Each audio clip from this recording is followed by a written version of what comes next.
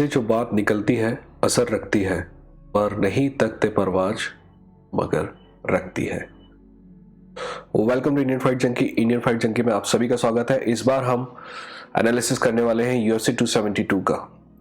इसमें मैं दो बातें आपको पहले बता देना चाहता हूं कि मैं इस एपिसोड के पहले थोड़े मिनट आपसे केन वेलास्केस के बारे में बात करने के लिए चाहूंगा, क्योंकि वो खबर बहुत इंपॉर्टेंट है और आपकी वो बताती है कि एक फाइटर भी अपनी जिंदगी में हमारे जैसा ही हो सकता है। और दूसरी बात मैं बताना चाहूंगा कि इस फाइट में इस एपिसोड में मैं होरे मासविदाल वर्सेस कोबी कविंगटन की फाइट के बारे में बात नहीं करूंगा। उसके लिए मैं कल एक एपिसोड बनाऊंगा, ठीक है ना, क्योंकि मैं ये केन वेलास्केस इसमें ऐड कर दिया था तो मैंने सोचा काफी लंबा हो जाएगा, इसीलिए उसको अलग से हम कल ही देखेंगे। आज हम बाकी के कार्ड के बारे में बात करेंगे, पर सबसे पहले बात करेंगे केन वेलास्केस के ऊपर। और उससे भी पहले बात करेंगे कि अगर आप पहली बार यहाँ आए हैं तो जरूर सब्सक्राइब करें और बेल आइकन पर क्लिक करें, क्योंकि आप माने ना माने ये हिंदी में MMA का सबसे बेहतरीन चैनल है। हो सकता है कि शक्ल ना हो, एडिटिंग ना हो, बाकी कुछ ना हो, बट उससे आपको फर्क नहीं पड़ता कौन सी अपनी बहन की शादी मेरे से करवा रहे हो तो, और करवाना भी चाहो तो मैं कर नहीं सकता, ठीक है। हाँ सॉरी, मजाक के लिए सॉरी दोस्त, बट मैं ये कहना चाह रहा हूँ कि यहाँ पे सिर्फ बेहतरीन कंटेंट मिलेगा, बेहतरीन नॉलेज मिलेगा, बाकी सब जगह बाकी सब चीज़ें मिलेगी। और मुझे पता है कि इस चैनल को जो भी लोग हैं यहाँ पे सब्सक्राइबर, वो ना सिर्फ नॉलेज चाहते हैं, बाकी अपने आप में कई नॉलेजेबल है। आप कमेंट सेक्शन में जाके देखो, ठीक है, तो सब्सक्राइब करो। अब बात कर लेते हैं केन वेलास्केस की। केन वेलास्केस कुछ दिनों पहले, ये कहानी मैं पहले भी बात कर सकता था, बट आज मैं इससे बात कर रहा हूँ क्योंकि अब थोड़ी से फैक्ट बाहर आए हैं, ठीक है। हमें पूरे फैक्ट की जरूरत होती है उससे पहले। पर एक और भी रिक्वेस्ट है आपसे कि अगर आपको ये चैनल पसंद है तो कोबी कविंगटन के ऊपर एक वीडियो बना हुआ है जो इस फाइट से रिलेटेड, वही कोबी कविंगटन वर्सेस होरे मासविदाल की फाइट पे भी एक वीडियो है, वो भी आप देखिएगा, ठीक है। पर केन वेलास्केस पे आते हैं। केन वेलास्केस आज से एक हफ्ते पहले उसको गिरफ्तार किया गया मर्डर चार्जेस में, अटेम्प्ट टू मर्डर चार्जेस में। केन वेलास्केस आप में से, अगर वैसे तो मेरे को लगता है कि इस चैनल को जानने वाले सभी जानते हैं, बट केन वेलास्केस मेरी नजर में फेडोर के बाद अभी तक का दुनिया का सबसे बेहतरीन हैवीवेट फाइटर है, MMA फाइटर, ठीक है। मेरा सपना था कि कभी फेडोर और केन वेलास्केस के बीच फाइट हो, और फेडोर खुद भी ये कहता है कि he also dreamed about fighting Cain Velasquez, ठीक है। तो Cain Velasquez is a legendary heavyweight fighter. Cain Velasquez को गिरफ्तार किया गया एक हफ्ते पहले अटेम्प्ट टू मर्डर चार्जेस में। बाद में तो क्या होता है ना कि हम एकदम से कोई भी चीज आती है तो सब उचकने लगते हैं, कि बोलते हैं कि हाउ डिसअपॉइंटिंग, और केन वेलास्केस कहां से कहां आ गया। बाद में सच जो पता चला कि जिस आदमी का वो मर्डर अटेम्प्ट टू मर्डर कर रहा था वो आदमी सीरियल सेक्सुअल हरासर है। अब उसके बाद एक और फैक्ट बाद में आया कि उसकी फैमिली, जो केन वेलास्केस की फैमिली में से किसी, अब माइनर है इसलिए उसका नाम बाहर नहीं आया, पर बाकी खबर यह है कि केन वेलास्केस की फैमिली में से किसी माइनर को उसने सेक्सुअल हैरास किया, और एक बार नहीं 100 बार से ज्यादा, ठीक है, 100 बार से ज्यादा। अगर हम केन वेलास्केस की फैमिली के बारे में देखें तो मेरे ख्याल से उसकी बच्चियां हैं जो माइनर हैं। अब मैं यहाँ पे दो बातें करूंगा कि आप अगर केन वेलास्केस की जगह होते तो पहली बात तो ये कि क्या सही है, दूसरी बात ये कि अगर मैं उस जगह पे होता तो क्या करता। क्या सही है? बात बिल्कुल सही है कि आपको कानून हाथ में नहीं लेना चाहिए, ठीक है, क्योंकि हम जिस सोसाइटी में रहते हैं, अगर हम कानून को मानना इनकार कर दें, कानून को मानने से इनकार कर दें, सॉरी सर्दी है, कानून को मानने से इनकार कर दें, और हम क्योंकि समाज के सबसे ज्यादा पढ़े लिखे लोग हैं, और अगर हम ही कानून को मानने से इनकार करते हैं तो समाज कैसे चलेगा। But on the other hand, हम पढ़े लिखे होने के बावजूद, ज्यादा एक्टिव होने के बावजूद, ज्यादा नॉलेजेबल होने के बावजूद, ज्यादा अवेयर होने के बावजूद, at the end of the day हम इंसान ही हैं। आपकी बहन के साथ या आपकी बेटी के साथ ये होता तो आप क्या करते? मेरे साथ होता तो मैं भी शायद वही करता जो केन वेलास्केस ने किया, ठीक है। इसीलिए मेरी नज़र में केन वेलास्केस नहीं गिरा है। कुछ लोग होते हैं जिनकी नज़र में वो गिर गया, बट मेरी नज़र में वो हमेशा से अच्छा फाइटर था और आज वो एक अच्छा बाप भी है। बट केन वेलास्केस को भी ये सोचना चाहिए था कि अगर वो जेल चले जाएगा उसकी बेटी का ख्याल कौन रखेगा, ठीक है, ठीक है। ये तो साइड टूर था, है ना। उम्मीद है कि आपको डिस्टर्ब नहीं हुआ, पर ये बात अपनी जिंदगी से जुड़ी हुई है इसलिए मैंने सोचा कि आपको बताई जाए। चलिए अब बात कर लेते हैं UFC 272 की। पर जैसा कि मैंने आपसे कहा, अगर आप UFC 272 के बारे में जानना चाहते हो तो 2 वीडियो है, एक कोबी कविंगटन के बारे में कि वो ऐसा क्यों है, और दूसरा है कोबी कविंगटन और होरे मासविदल की फाइट की हिस्ट्री के बारे में, राइट। वो दोनों वीडियो आप जाके जरूर देखेगा, है ना। वो दोनों वीडियो अच्छे हैं, यूट्यूब आपको रिकमेंड नहीं करेगा, इसलिए मेरे चैनल में चाहिए और देखिए। अब बात करते हैं UFC 272 की प्रीलिम्स की। मैं बात करता बट फिर अगर बहुत लंबा हो जाएगा वीडियो, इसीलिए हम मेन कार्ड से ही बात करते हैं, ठीक है। मेन कार्ड में सबसे पहली फाइट है सर्गेई सेफवेक वर्सेस ग्रेग हार्डी की। मैं चाहता हूं कि इसमें ग्रेग हार्डी को, वैसे तो सेफवेक और ग्रेग हार्डी एक ही लेवल के हैं, वैसे सर्गेई थोड़ा सा ऊपर है, बट मैं चाहता हूं कि सर्गेई इज्जत से ठोके ग्रेग हार्डी को, क्योंकि मेरे को लग रहा था कि ये हरामखोर की आखिरी फाइट हो गई है और ये चला जाएगा, ठीक है। नहीं हुई है और वो नहीं गया है। हर वो आदमी जो औरत पे हाथ उठाता है उसके मेरे दिल में कोई इज्जत नहीं है, ठीक है। और ग्रेग हार्डी भी उन्हीं लोगों में से एक है।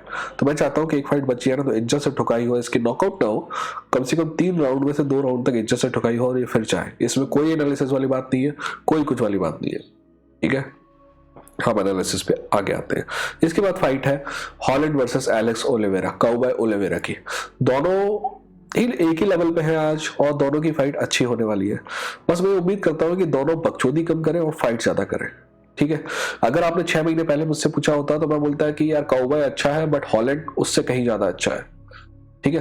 पर हॉलैंड ने कई लकूना यानी कि कई कमियां दिखाई है कि ग्राउंड में कभी कभी क्या होता है कि एक ना जुजित्सु जो एस होते हैं ना, उन पे एक टाइप का घमंड होता है कि वो जब ग्राउंड पे चले जाते हैं ना, वो अगर डाउन भी रहते हैं ना, तो उनको एक कॉन्फिडेंस रहता है कि they will convert the fight. तो क्या करते हैं कि वो उठने की कोशिश नहीं करते, राइट। वो नीचे से ही फाइट जीतने की कोशिश करते हैं।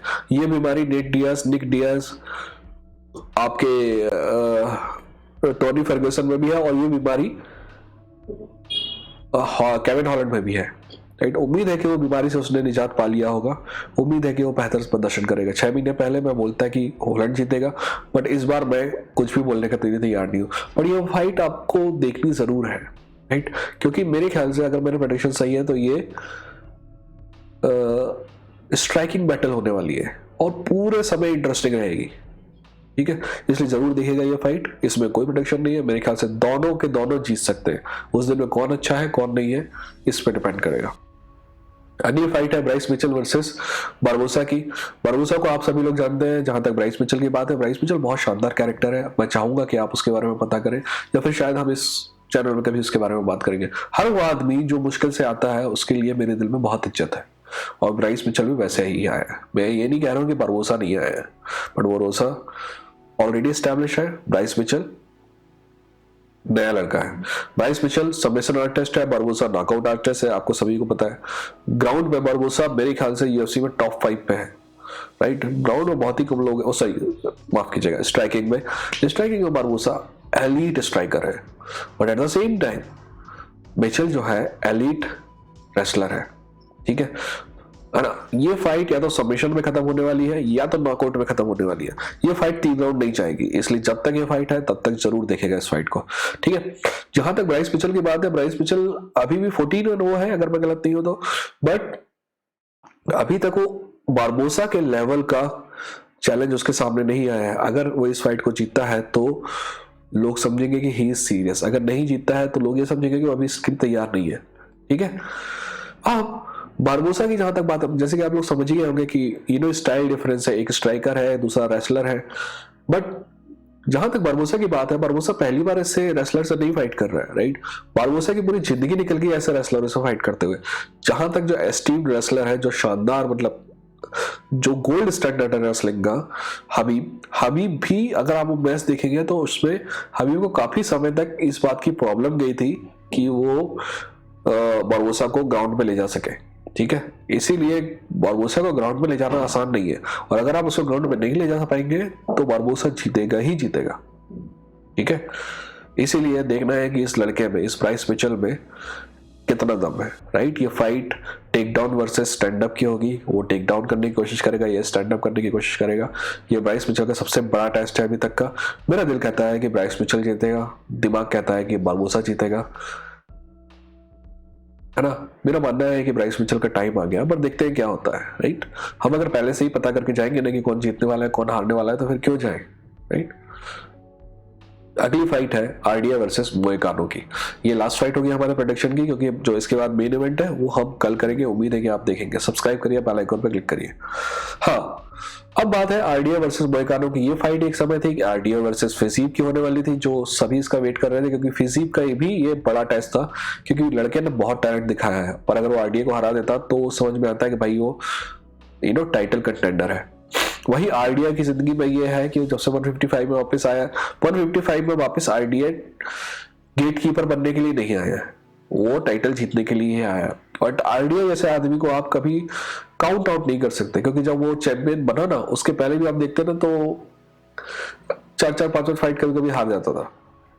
बट उस लड़के को आप कभी काउंट आउट नहीं कर सकते जो सबसे ज्यादा मेहनती हो, और आरडीए उन्हीं में से एक है। वैसे मेरी आवाज से लग रहा होगा आपको कि सर्दी बहुत ज्यादा है ना।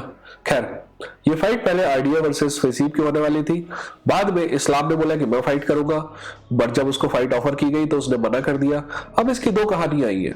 आरडीए कहता है कि अगर आरडीए नजर से देखा जाए तो आरडीए कहता है कि इस्लाम उससे डर गया। वही इस्लाम जो है, ये चलती रही बात, और इसके बाद डेना वाइट अंकल भी बीच में कूद गए। बोला कि मैं तो देखना चाहता था आरडीए वर्सेस इस्लाम, बट अगर इस्लाम नहीं करता है फाइट तो हम, है ना, इस्लाम को बेनियल डारियूस से फिर से फाइट करवाएंगे। यानी कि डेना वाइट का मूड नहीं है उसको टाइटल देने का, पर मेरे को लगता है कि टाइटल शॉट देना पड़ेगा। अब इस कहानी का दूसरा हिस्सा यह है कि इस्लाम की टीम, अली अब्दुल अजीज टाइप के लोग जो है, वो आगे कहे कि प्रॉब्लम ये नहीं थी कि आरडीए से वो फाइट नहीं करना चाहता था। फाइट नहीं करना चाहता तो पहले ऑफर क्यों करता? मतलब फाइट करना चाह रहा था, पर उसके लिए जो पैसे मिल रहे थे उसको वो इनफ नहीं थे। वही दूसरी तरफ ये भी कहना है उनका कि अगर ये जो ऑलरेडी जो UFC 272 है, काफी हिट इवेंट है, सारी टिकट बिक चुकी है, सभी लोग इसको देखने वाले हैं, तो इसको और भारी करने से कोई मतलब नहीं, और पैसा वेस्ट करने से कोई मतलब नहीं, इसीलिए जो सस्ते में मिले वो कर लो। तो मैं ये नहीं कहना चाह रहा हूँ कि मोइकानो सस्ते में मिल गया, बट सस्ते में मिल गया। तो आरडीए वर्सेस मोइकानो की फाइट है। मोइकानो इज जस्ट, मोइकानो ना अपना नया डेमियन माया है, ग्राउंड पे मैजिशियन है, पर ये जुजित्सु कंपटीशन नहीं है, ये एमएमए है। यहाँ पे आपको सभी आर्ट्स बराबर आनी चाहिए, और मेरा मानना है कि मोइकानो धीरे धीरे ऊपर चढ़ रहा है, बट उसका स्टैंडर्ड अभी भी आरडीए का लेवल का नहीं है। ठीक है, अगर ये फाइट आरडीए हारता है ना तो आरडीए गेटकीपर बन जाएगा, जो कि वो बनना नहीं चाहता। पर अगर आरडीए जीतता है ना तो वापस से टाइटल कंटेंडर होगा, 3 फाइट के अंदर वो वापस से टाइटल कंटेंडर बन जाएगा इसके बाद। पर अगर मोइकानो जीतता है तो टॉप 10 में आ जाएगा। मेरा दिमाग कहता है कि आरडीए जीतेगा, मेरा दिल भी कहता है कि आरडीए जीतेगा, पर यहाँ पे दिल और दिमाग और कागज की फाइट नहीं हो रही, यहाँ पे इंसान फाइट करते हैं, यहाँ इंसान फाइट करते हैं, इसलिए कोई भी जीत सकता है। ठीक है, तो देखते हैं कौन जीतता है। वैसे ये 272 कार्ड जो है काफी अच्छा कार्ड है, काफी अच्छा कार्ड इसलिए क्योंकि यहाँ पे लेवल की फाइट्स है ना। मतलब लेवल अगर मिलता रहे ना तो फाइट करने में मजा आता है, फाइट देखने में मजा आता है, जब दोनों ही फाइटर जीतने की औकात रखते हो। ठीक है, उम्मीद है कि आपको पसंद आया होगा। अगर पसंद आया तो लाइक करिए, सब्सक्राइब करिए, बेल आइकन पर क्लिक करिए, कमेंट पे सेक्शन में जरूर करिए, और शेयर कीजिएगा, क्योंकि YouTube का पिछवाड़े में पता नहीं क्या घुसा हुआ है, वो कभी मेरी चीजों को शेयर नहीं करेगा, वो लोगों तक नहीं पहुंचाएगा, इसलिए आप पहुंचाइए। क्योंकि मेरा जो सब्सक्राइबर है, कम से कम 80 to 70% सब्सक्राइबर है वो वापस आके देखते हैं, इसीलिए अगर आप नए हैं तो आप भी जरूर देखेंगे, हो सकते हैं तो शेयर कीजिएगा, और अगर शेयर करते हैं तो कमेंट सेक्शन में जरूर बताइएगा। अपना ध्यान रखिए, मिलते हैं अगले एपिसोड के साथ। Take care.